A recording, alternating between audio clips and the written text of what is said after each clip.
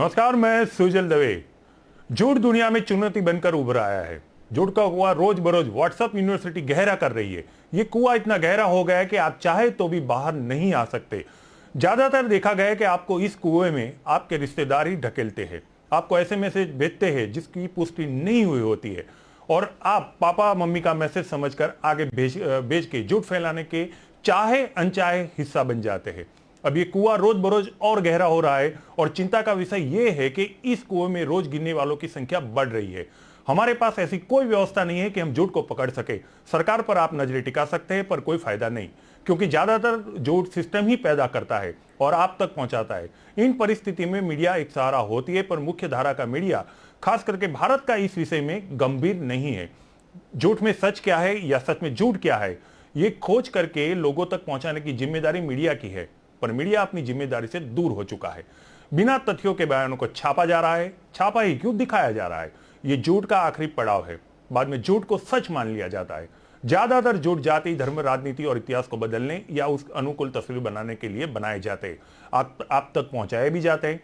Corona काल में आलम यह हो गया है कि लोग जीवित व्यक्ति को मृत घोषित करके पोस्ट करने लगे। चौंकाने वाली बात यह है कि लोग इस पर प्रतिक्रियाएं भी दे रहे, कोई तथ्यों की जांच नहीं करता। आज सुबह मुझे ऐसे ही एक झूठ से रूबरू होना पड़ा। मुझे किसी ने पोस्ट भेजा कि लंकेश नहीं रहे। लंकेश यानी आप जानते हैं, मैं अरविंद त्रिवेदी की बात कर रहा हूं, जिन्होंने रामायण धारावाहिक में रावण का किरदार निभाया था। मैंने इसे आगे बढ़ाने से पहले जांच करना जरूरी समझा और अरविंद त्रिवेदी का संपर्क किया तो पता चला वो स्वस्थ है और अपने परिवार के साथ मुंबई में रहते हैं। उनके भतीजे कौस्तुभ त्रिवेदी ने बताया, पिछले 24 घंटे से हम इस झूठ के कारण परेशान हो गए। इससे पहले अभिनेत्री मीनाक्षी सिसोदिया मौत की अफवाह भी उड़ चुकी थी। आखिरकार मीनाक्षी को पोस्ट करके लोगों को बताना पड़ा कि स्वस्थ हूं, जिंदा हूं। अरविंद त्रिवेदी से बातचीत के दौरान पता चला, कोरोना के कारण रंगमंच के कई कलाकार अभी संघर्ष कर रहे। कई कलाकार बेरोजगार हो रहे। परिवार का खर्चा निकालना इन कलाकारों के लिए मुश्किल हो गया है। इन कलाकारों की मदद दूसरे कलाकार कर तो रहे हैं, पर सवाल यह है कि कब तक। अब हर किसी को अपने बारे में सोचना है। ऐसे में सरकार पर उम्मीद टिकी है। कलाकार चाहते हैं सरकार उनको संरक्षण में ले और इस महामारी में टिके रहने के लिए कोई ठोस कदम उठाए। जहां तक कलाकार की बात है, तो कलाकार चुनाव में भीड़ इकट्ठा करने वाला पात्र नहीं होता। वो अपने अभिनय से समाज की अच्छी बुरी तस्वीर समाज के सामने रखता है, जो समाज को दिशा दिखाने के लिए बहुमूल्य है। आज हम बात करना चाहते हैं झूठ से कैसे लड़ा जाए और इन कलाकारों को बचाने के लिए सरकार क्या कदम उठा सकती है। मेरे साथ बात करने के लिए मौजूद है कौस्तुभ त्रिवेदी, जो 200 से ज्यादा नाटक प्रोड्यूस कर चुके हैं। बॉलीवुड में राजेंद्र कुमार को अगर जुबिली स्टार माना जाता है, तो थिएटर की दुनिया में कौस्तुभ को भी राजेंद्र कुमार कहा जाता है, क्योंकि उन्होंने 100 से ज्यादा नाटक ऐसे बनाए जो 100 हफ्ते से भी ज्यादा चल चुके हैं। हमारे साथ जुड़े हैं कमल जोशी। कमल जोशी, आप बचपन में अभिनेता बनना कमल जोशी, आपका स्वागत है। आप बचपन में अभिनय करना चाहते थे और एकांकी अभिनय के लिए आपको विशेष सम्मान मिला है। हमारे साथ जुड़ी है शिल्पा ठाकर, टीवी और रंगमंच की विशेष अदाकारा है। आप इतनी सम्मानित हो चुकी है कि इसके बारे में बताने बैठा तो शायद शो खत्म हो जाएगा, आपका परिचय नहीं खत्म होगा। अभी आप कलाकारों की सहायता कर रहे हैं और आपके साथ हमारे साथ जुड़े हैं अभिलाष गौड़ा। आप किसी परिचय के मोहताज नहीं है, फिर भी दर्शकों की जानकारी के लिए आप प्रोड्यूसर है और रंगमंच से जुड़े हैं। आप सभी दिग्गज कलाकारों का सम्मान, आपका परिचय इतना विशाल है कि मैं अपने आप को अभी छोटा मान रहा हूं, फिर भी अपना परिचय न भूल जाऊं, इसलिए याद कर लेता हूं। मेरा नाम सुजल दवे है और मैं के न्यूज का कर्मचारी हूं। मैं चर्चा की शुरुआत करूं, मैंने अपनी प्रस्तावना में बोला था कौस्तुभ भाई हमसे जुड़े हुए हैं। कौस्तुभ जी, आपसे थोड़ा जानना चाहूंगा, अरविंद त्रिवेदी की मौत की खबर सोशल मीडिया पे वायरल हो चुकी है। आपका परिवार पिछले 24 घंटों से किन परिस्थितियों में से निकला है और अरविंद जी की हालत अभी कैसी है?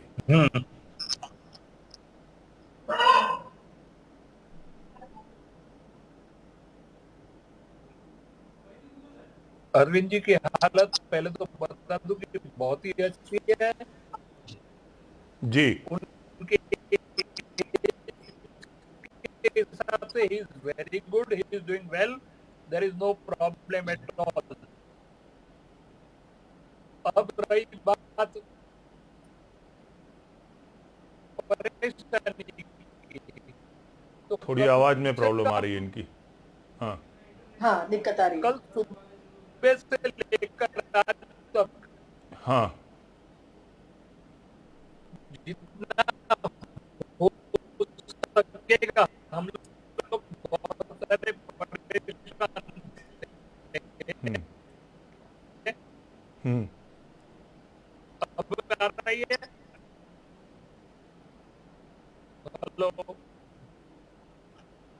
कौस्तभ जी, आपकी अब आवाज में थोड़ी प्रॉब्लम आ रही, दिक्कत आ रही। हाँ, आप सुनाई रहा है, आप बोलिए, आप जो बोले वो थोड़ा टूटा फूटा ही चल सही, भाई, पर बोलिए फिर से। आवाज आ रही है? अब ठीक आ रही है। हेलो जी, मैं सुन रहा हूं। हेलो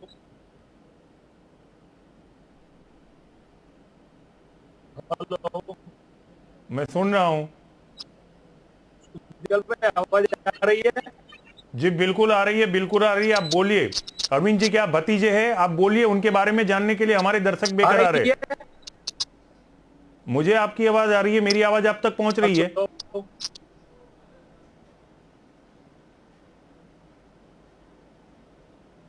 मेरी आवाज आप तक पहुंच रही है? हेलो हाँ, मैं सुन रहा हूं।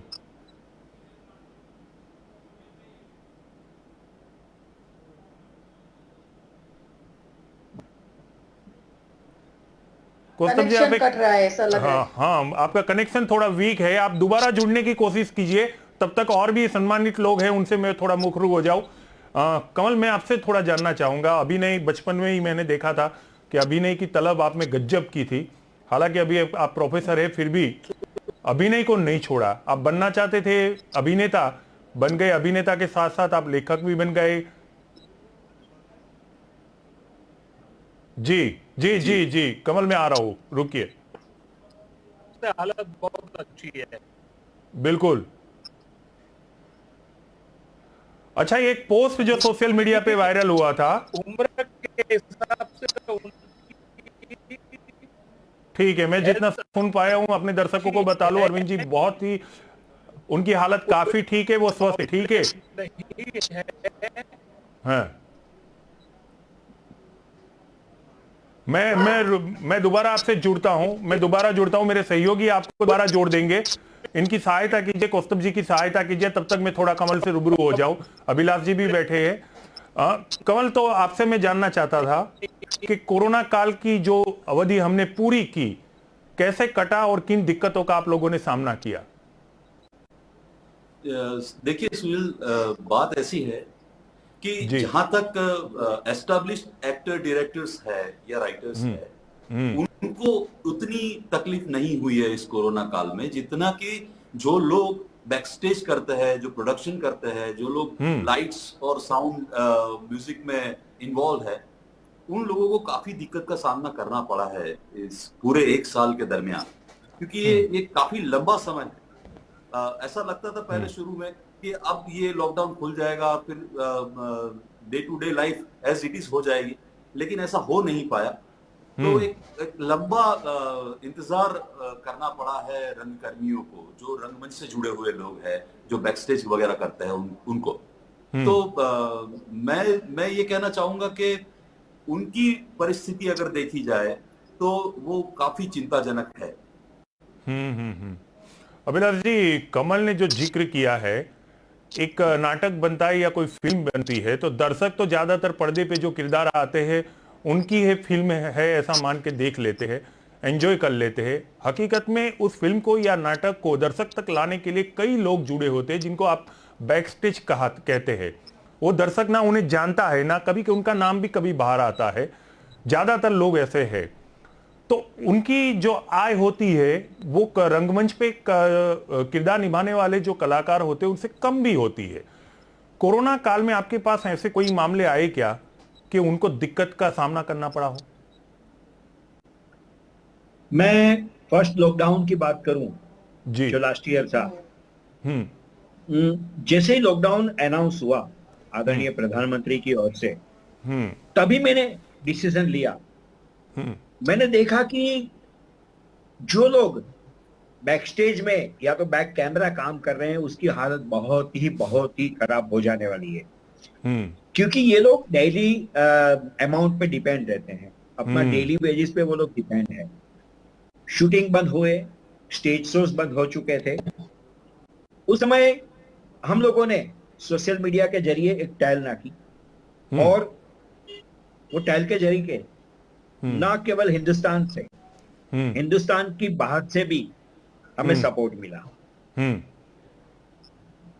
करीबन 20 लाख से ज्यादा अमाउंट डोनेशन में आई और गुजरात के 44 सेंटर पे 7,500 से 8,000 लोग तक हमने राशन किट पहुंचाई। हमने ये निश्चय किया कि किसी का फोटोग्राफ जो किट हम लोग देते हैं वो सोशल मीडिया पे ना डाला जाए। बहुत अच्छी बात है, क्योंकि आप जानते हैं कि आर्टिस्ट एक सम्माननीय होते हैं, बिल्कुल। उसको ये पसंद नहीं है राशन किट लेना, लेकिन मजबूरन लेना पड़ता है। आज दूसरा फेज चल रहा है। बहुत लोगों का मुझे भी फोन आया कि हमें राशन किट का ये मिशन फिर से शुरू करना चाहिए। लेकिन मैं आपको बताऊं कि पहले फेज से 4 गुनी ज्यादा डिमांड हमारे सेक्टर से आ चुकी है, जिसके लिए हम बिल्कुल कैपेबल नहीं है कि हम लोग पहुंच पाए। किसको हाँ बोले किसको ना बोले हमें पता नहीं है, तो हम लोग अभी डर रहे हैं। क्योंकि मैं आपको बताऊं, फर्स्ट फेज में जो लोग देने वाले थे आज वो लेने वाले की लाइन में है। ये सिचुएशन है ग्राउंड रियलिटी में, आपको बताऊं। क्योंकि सबसे ज्यादा अफेक्ट जो हुआ है तो आर्ट सेक्टर को हुआ है। लास्ट कैटेगरी में हम लोग आते हैं। सब कुछ शुरू होने के बाद हमारा नंबर लास्ट में आएगा, और जब बंद करने की बारी आती है तो फर्स्ट हमारा नंबर होता है। बिल्कुल। क्योंकि आज भी आर्ट सेक्टर को वो कई लोग नॉन एसेंशियल में गिन रहे हैं। उनको ये पता नहीं है कि आपके लिए ये एंटरटेनमेंट है, हमारे लिए ये रोजी है। मैं आपके माध्यम से बहुत लोगों को ये गुजारिश करना चाहूंगा कि आर्टिस्ट और आर्ट सेक्टर को आप सिर्फ एंटरटेनमेंट फील्ड मत समझो, उसके पीछे लाखों लोगों के घर चल रहे हैं। बिल्कुल। शिल्पा जी, मैं कई दिनों से अध्ययन कर रहा हूं। वैसे तो आपको पता भी नहीं होगा, लेकिन पत्रकार का तो काम होता है कि चोरी छुपी किसी स्टोरी को फॉलोअप करना या उसे बनाना। मैंने कोरोना की जब पहली लहर आई थी, जैसे गोड़ा साहब ने जिक्र किया, तब से मैं देख रहा हूं आपको किसी न किसी माध्यम से, हालांकि रूबरू आज पहली बार हुए हैं, ये जो छोटे रंगमंच के जो छोटे कलाकार, वैसे छोटा शब्द मैं परहेज रखता हूं, कलाकार कलाकार होता है, कोई छोटा बड़ा नहीं होता है। मैं बैक स्टेज को लेकर कह रहा हूं, मैं बैक स्टेज को लेकर कह रहा हूं, उनके लिए आप काफी कुछ काम कर रही है। ये विचार कब आया, कैसे आया, और आपने कैसे काम शुरू किया था? देखिए, पहले तो लंकेश अभी जिंदा है जी, बिल्कुल। रावण अभी जिंदा है, रावण अभी जिंदा है। बहुत सारी बधाइयां देना चाहूंगी, क्योंकि हमारे वो सीनियर आर्टिस्ट है, तो उनका मैं रिस्पेक्ट करती हूँ, सम्मान करती हूँ। और अभिलाष जी ने जो बात बताई, वैसे ये मेरे शो का प्रोटोकॉल नहीं है, लेकिन 1 मिनट अगर आप रोके तो मैं अपनी भावनाओं को रोक नहीं पा रहा हूं। मैं डंके की चोट पे कहता हूं कि रावण का जो किरदार था ना, वो अरविंद त्रिवेदी से बेहतर आज तक किसी अदाकार ने नहीं निभाया है। मैं सहमत हूं इस चीज से। भाई साहब, और पत्रकार को ना भयभीत होना होता है, ना प्रभावित होना होता है, लेकिन ये प्रोटोकॉल अगर तोड़ना पड़ा तो अरविंद त्रिवेदी के मामले में तोड़ूंगा, अमिताभ बच्चन के मामले में नहीं। Thank you. बच्चन साहब, देखो, बच्चन साहब भी हमारी इंडस्ट्री के हैं, इसलिए हम उसको कुछ बोल नहीं सकते। लेकिन एक बात है कि वो रंगमंच से जुड़े हुए कलाकार है, तो अरविंद त्रिवेदी जी, वो उनका नाम एक जगह पर रख चुके हैं, वहां पे कोई पहुंच नहीं सकता। वो गर्व के साथ हम कहने में बहुत आनंद आता है मुझे। और अब रही बात कोरोना काल से शुरू होकर अब तक की, तो उसमें जो हमारे सीनियर एक्टर और प्रोड्यूसर हमारे बीच है, अभिलाष जी गोड़ा, उन्होंने काफी शुरू किया। इसके साथ मैं भी थोड़ी बहुत जुड़ी, लेकिन उनका काम तो बहुत हिमालय की तरफ बड़ा था। तो मैंने सोचा कि मैं एक ऐसी, जैसे रामचंद्र जी का सेतु बन रहा था, पुल बन रहा था, ब्रिज बन रहा था, जब छोटी सी एक गैलरी ने काम किया, तो मैंने भी उनमें से ये प्रेरणा ली कि मैं भी छोटी छोटी जगह पे जाऊं। वो पूरे गुजरात में घूमते थे, तो मैं ऐसे जगह पे जाती थी कि जहां मेरी जरूरत हो। वो हमारे गुरु रह चुके हैं अभिलाष जी, और उनसे काफी मैंने प्रेरणा ली, और मैंने भी अभियान शुरू किया, वो भी जानते हैं। और कभी कभी मैं कुछ करती हूँ अच्छा काम, कभी अवार्ड फंक्शन करती हूँ, कभी कलाकारों को सम्मानित करती हूँ, तो मेरे साथ आकर आशीर्वाद अपना देते हैं। और सहयोग भी, आर्थिक सहयोग भी देते हैं, तो वो जानते हैं। तो मैंने भी ये काम शुरू किया और मैंने ऐसे लोगों का लिस्ट बनवाया कि जो लोग बैक स्टेज में काम करते हैं, जो लोग ग्रास रूट में लेवल पर हमारे इंडस्ट्री में काम करते हैं, उन सबका मैंने लिस्ट बनाया और मैंने उस दिन तय किया कि मेरे मुंह में निवाला मैं तब डालूंगी जब एक व्यक्ति के घर में चूल्हा जलेगा। क्या बात और कर रही वो है। कोरोना काल में क्या काफी काम किया वेरी है। गुड। मैं उस बात के लिए बहुत अपने आप को धन्यवाद देती हूँ, मेरे पेरेंट्स को और मेरे साथ जुड़े सब दाताओं को, श्रेष्ठियों को धन्यवाद देती हूँ। और कमल जी ने बताया, उसके साथ मैं सहमत हूँ कि काफी लोग हैं जो कलाकार जो अपनी तरीके से आर्थिक सहयोग में सद्धर है, उन लोगों ने भी मुझे मदद की और वो मेरे साथ जुड़ गए, बिना कुछ बोले, बिना कुछ एक भी बात बताए मेरे साथ वो लोग जुड़ गए। मेरे को काफी हेल्प किया उन्होंने। कभी कभी तो मैंने अभिलाष भाई को भी फोन किया है कि सर इस जगह पे आपको किट देने की जरूरत है। तो उनके साथ जुड़े हुए लोग थे, वो लोग ने बोला कि शिल्पा जब जब बोले वहां वहां पहुंचाओ, तो उन्होंने भी सहयोग दिया। आज इस माध्यम से मैं अभिलाष जी आपका भी धन्यवाद करना चाहूंगी कि आपने मेरे जब जब मैंने आपको बताया और आपने उसके साथ आप जुड़ गए। मैं ये कहना चाहती हूँ कि कलाकारों की हालत अभी बहुत नाजुक है। हम स्वाभिमानी होते हैं, हम किसी के पास हाथ नहीं फैलाते, हम बोलते नहीं, इसका मतलब ये नहीं कि हमारी आवाज नहीं, हम सिर्फ हंसाना जानते हैं, वो आप समझ लो, लेकिन जब चाहे हम रुला भी सकते हैं। आपके अंदर का जो भी है वो सब बाहर आता है। आज हमारी वेदना है, उसको जानने के लिए कौन बैठा है? सरकार श्री को हम बोल बोल के थक चुके कि हमारे कलाकार को मदद करो, हमारे कलाकार को जानो। वो बोलेगा नहीं, लेकिन एक बात सुन लो कि इंसान कोई भी होता है, रोटी, कपड़ा और मकान, ये बेसिक रिक्वायरमेंट होती है, उसके लिए वो जीता है। आज हमारे कलाकार के पास रोटी के बहुत बड़े प्रश्न है, निवाला तक वो खा नहीं सकता आराम से, और आप रंगमंच बन करके बैठे हैं। आप सोचिए, हमारा रंगमंच हमारे हाथ में चला गया तो समझ लो हमारे घर का, हमारे परिवार का खाना चला गया। कैसे वो लोग गुजारा करेंगे? किसको अपनी वेदना बताएंगे? क्या करेंगे वो लोग? कौन जानने वाला है उसका प्रश्न? और कौन हाथ पकड़ेगा और बोलेगा कि तुम चिंता मत करो, ये हम लोग कर रहे हैं। मैं एक्ट्रेस हूं तो मैं अपने कलाकारों के लिए कर रही हूँ। अभिलाष जी प्रोड्यूसर है, एक्टर है, वो डायरेक्टर है, तो वो प्रयत्न करते हैं। तो हम अंदर अंदर एक दूसरे, हमारे एक भाई को तकलीफ हो तो दूसरा भाई आके खड़ा होता है। जैसे हमारे पारिवारिक प्रश्नों में होता है, वैसे हमारा एक समाज है, हमारा एक नाट्य संपदा है, तो हम एक दूसरे के साथ जुड़े हैं। लेकिन जो माई बाप है, जो सरकार है, जिसको हम बहुत चाहते हैं, वो माननीय श्री क्यों आगे नहीं आते? कलाकार राहत निधि फंड में से क्यों कलाकार को कुछ दिया नहीं जाता? संगीत नाटक अकादमी से क्यों कलाकार को सहाय नहीं मिलती? आप सोचिए सुजल भाई, 60 साल की उम्र है, 70 साल की उम्र है, वो अभी कौन सा काम करने जाएगा? कौन है उसका सुनने वाला? ये तो हम लोग सुन रहे हैं। मैं आज भवाई कलाकारों के लिए, जो गुजरात का फोक थिएटर, हम गुजरात के बाहर जाते हैं तो उसकी बहुत सराहना करते हैं। गुजरात नहीं, इंडिया के बाहर जाते हैं तो काफी उसके बारे में बजा के बोलते हैं। लेकिन आज वो कलाकार किट लेने के लिए, राशन किट लेने के लिए तैयार नहीं। मैंने हाथ जोड़ के नमस्कार किया, मैंने बोला उनको कि मैं आपकी बेटी हूँ, मैं आपकी बच्ची हूँ, मेरे हाथ से ये किट ले लो आप, राशन किट। हम भिखारी नहीं है, हम स्वाभिमानी है, और आपको जो दिया जाता है वो आपका हक है, क्योंकि ये जो राशन किट मिली है मुझे, ये कलाकारों ने दी है। जो कलाकार सुखी संपन्न है, उन्होंने मुझे ये चंदा दिया है और मैं आप तक पहुंचाने आई हूँ।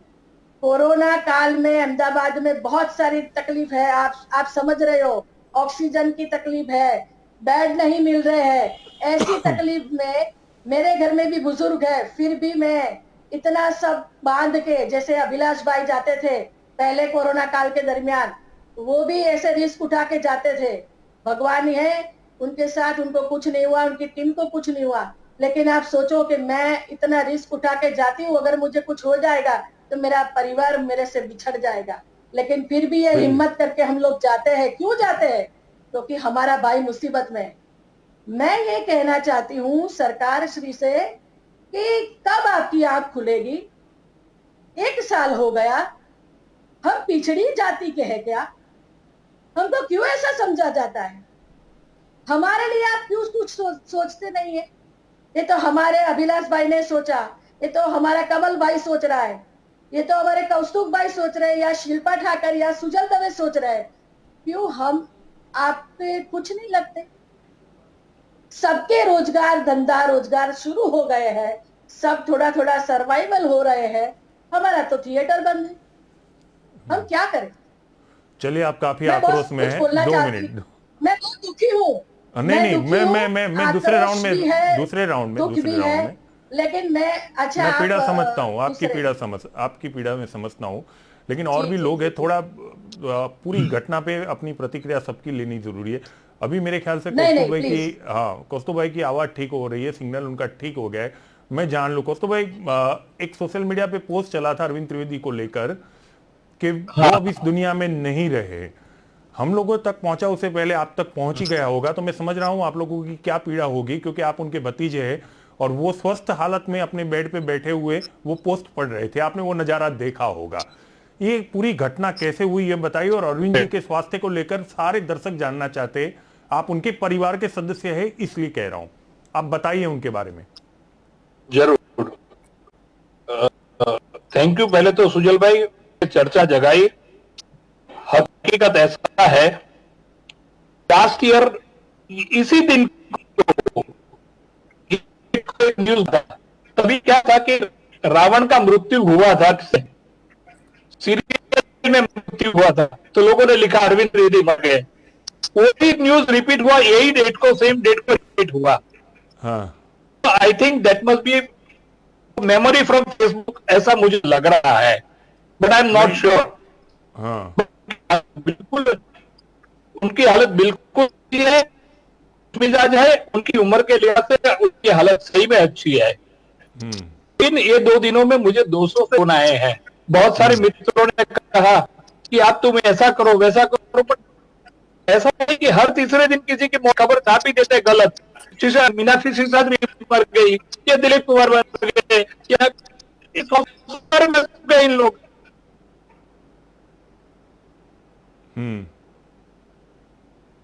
But he is fine, he is okay, और कोई टेंशन नहीं है। चले महादेव उन्हें स्वस्थ रखे, अच्छे स्वास्थ्य की कामना करते हैं। अभिलाष जी, जो Thank you.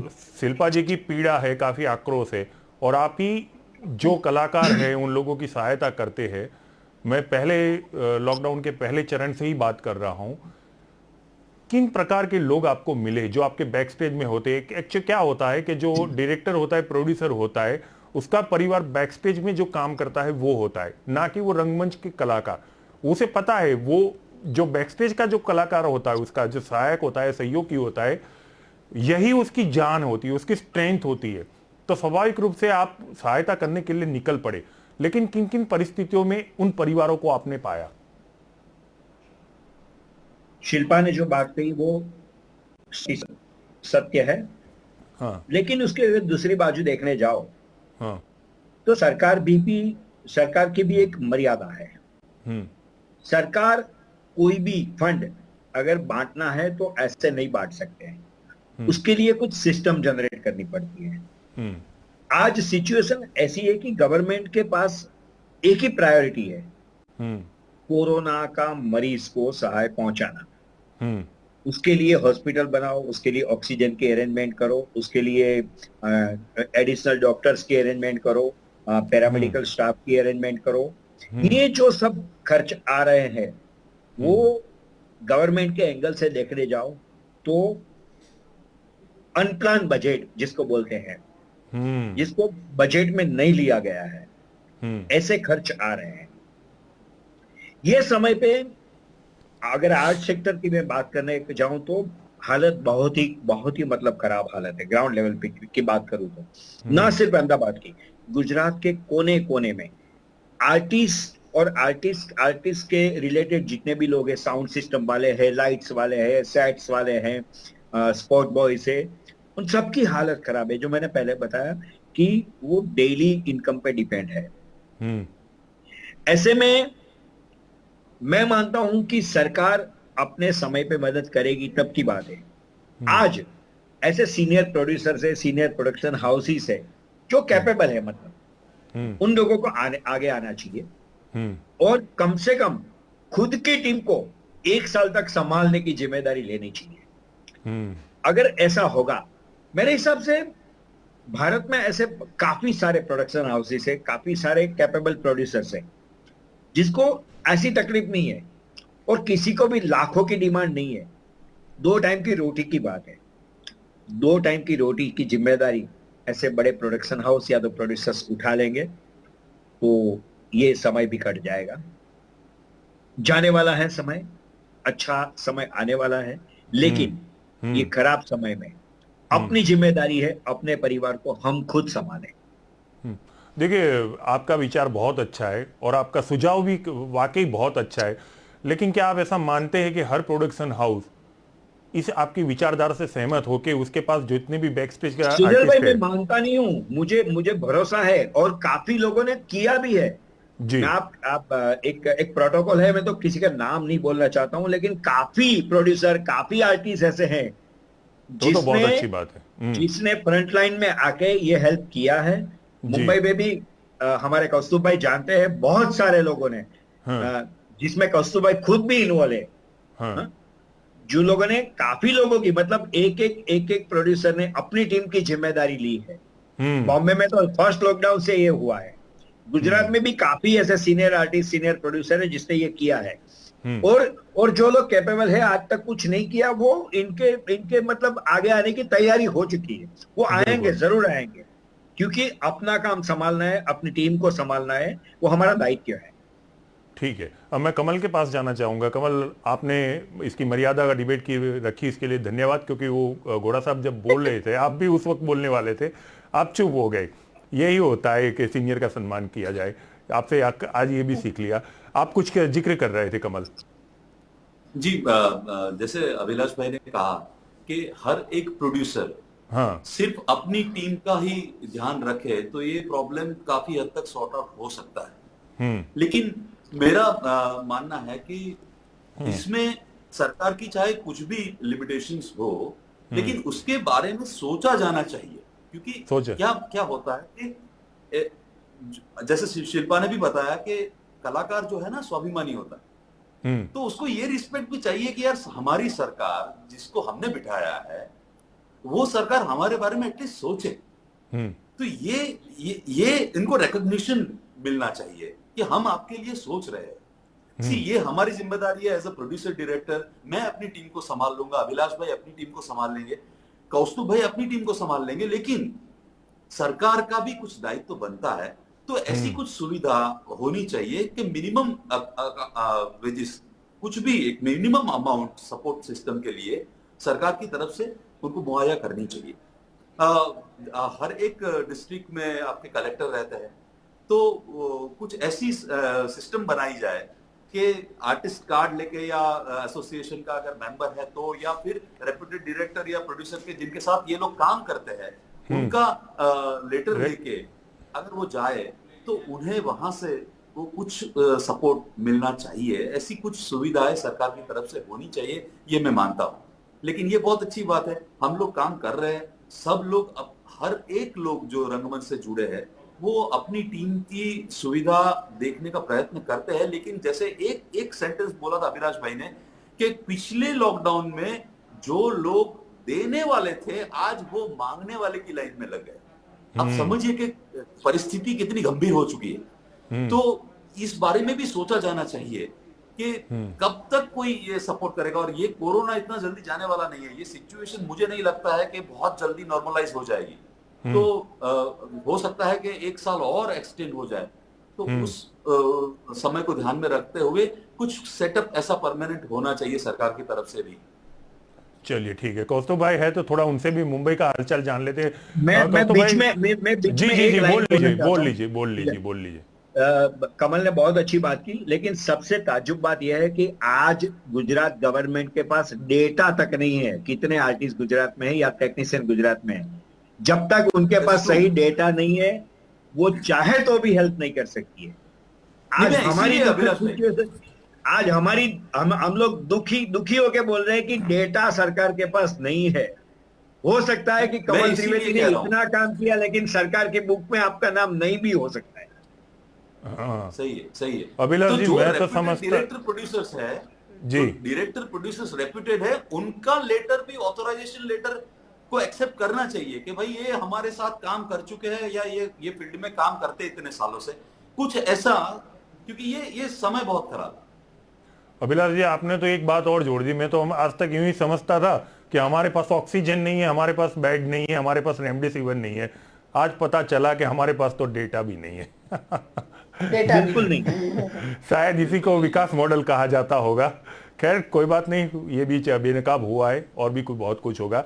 लेकिन जब कौस्तुभ भाई के पास चलते हैं, क्योंकि वो मुंबई से है, हमारे यहाँ की तो ये परिस्थिति है कौस्तुभ भाई, और अभिलाष जी ने कह भी दिया कि हर प्रोड्यूसर अपनी अपनी टीम को संभाल ले। आप भी अपनी टीम को संभालते ही होंगे, अपने हिसाब से संभालते होंगे। और डायरेक्टर वहां का क्या माहौल है और वो क्या कर रहे हैं जो बैकस्टेज जो आर्टिस्ट है उनको संभालने के लिए?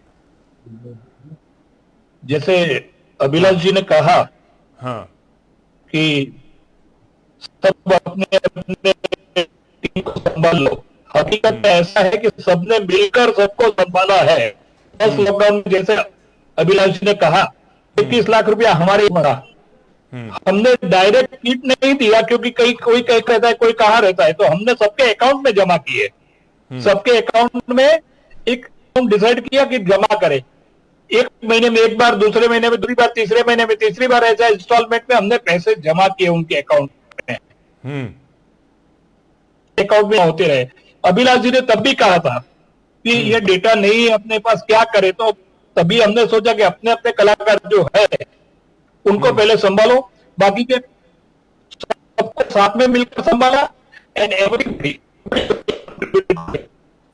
अभिलाष भाई कर चुके थे, उन्होंने भी पैसा दिया है, ग्रुपों ने पैसा दिया है, और न जाने कहां से मदद आई है और सबको पैसे मिले हैं। हकीकत है, ये हकीकत है।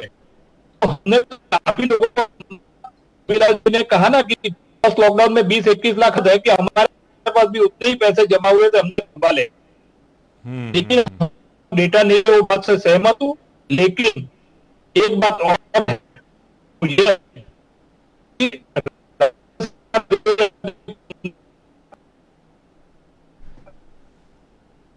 ठीक है, लगता है आपका सिग्नल प्रॉब्लम कर रहा है। कुछ होना चाहिए। हाँ ठीक सरकार सब्सिडी देवे। हेलो, हाँ मैं सुन रहा हूँ। केंद्र सरकार सुन रहा है, केंद्र सरकार सब्सिडी देवे ना, ऐसा कुछ होना चाहिए। हाँ, केंद्र सरकार वैसे भी रंगमंच के कलाकारों को तो कभी न कभी इकट्ठा करती ही रहती है, तो इस बार सब्सिडी देने में कोई दिक्कत भी नहीं नजर आ रही है मुझे। राज्य सरकार देवे या ना देवे, केंद्र सरकार देवे। देखिए, मेरा तो स्पष्ट रूप से मानना है कि जो रंगमंच का कलाकार होता है वो चुनाव के मतदाताओं को इकट्ठा करके एक भीड़ इकट्ठा करने के लिए स्टेज पे खड़ा रहने वाला वो पात्र नहीं है। वो समाज की जो परेशानियां होती है उसको अपने अभिनय के माध्यम से वो समाज के बीच में लाता है, तो उसका सम्मान होना चाहिए, मैं ऐसा मानता हूं। खैर कोई बात नहीं, चर्चा को खत्म करना है, आप सबको एक एक प्रतिक्रिया में ले लेता हूं। अभी अभिलाष भाई ने जो बोला है कि हमारे पास तो डेटा तक नहीं है, इन परिस्थितियों में अगर सरकार चाहे तो रंगमंच के कलाकारों को किस तरह से सहायता कर सकती है, आप चारों के एक सुझाव आ जाने चाहिए। मैं पहले शुरुआत करता हूं शिल्पा जी से। शिल्पा जी। जी, जो लोग ग्रुप बना के काम करते हैं, जो प्रोड्यूसर है, उनके अपने अपने कलाकारों के लिस्ट मंगवाए तो उससे शायद ये डेटा इकट्ठा हो सकता है, ऐसा मेरा मानना है। जी, कमल जी। यस, जैसे मैं पहले बता चुका हूं कि ये काम रूट लेवल से शुरू होना चाहिए, मतलब डिस्ट्रिक्ट लेवल से या तालुका लेवल से ये काम शुरू होना चाहिए, और ये सुविधाएं और उनके सारे पावर्स वहां के आपके जो डिस्ट्रिक्ट के कलेक्टर है वो उनकी ऑफिस को सौंप देना चाहिए कि वहीं से ये हो। क्योंकि बहुत सारे कलाकार जो शहर में काम करते हैं इस दौरान, इस महामारी के दौरान वो अपने अपने गांव लौट चुके हैं। तो ज्यादातर लोग गांव में फैले हुए हैं। तो वहीं से एक चेन ऐसी एस्टैब्लिश करें कि जिनको अपने गांव में, अपने डिस्ट्रिक्ट में ही ये सुविधा मिलनी चाहिए। ठीक है कौस्तुभ जी।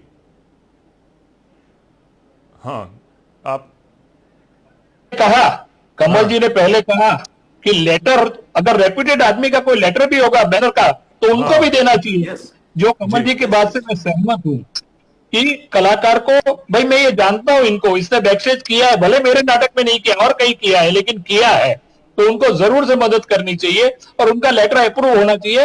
हालांकि एक संघ बना है अभी, उसमें कुछ मेंबर्स बने हैं, तो संघ का लेटर लेना चाहिए।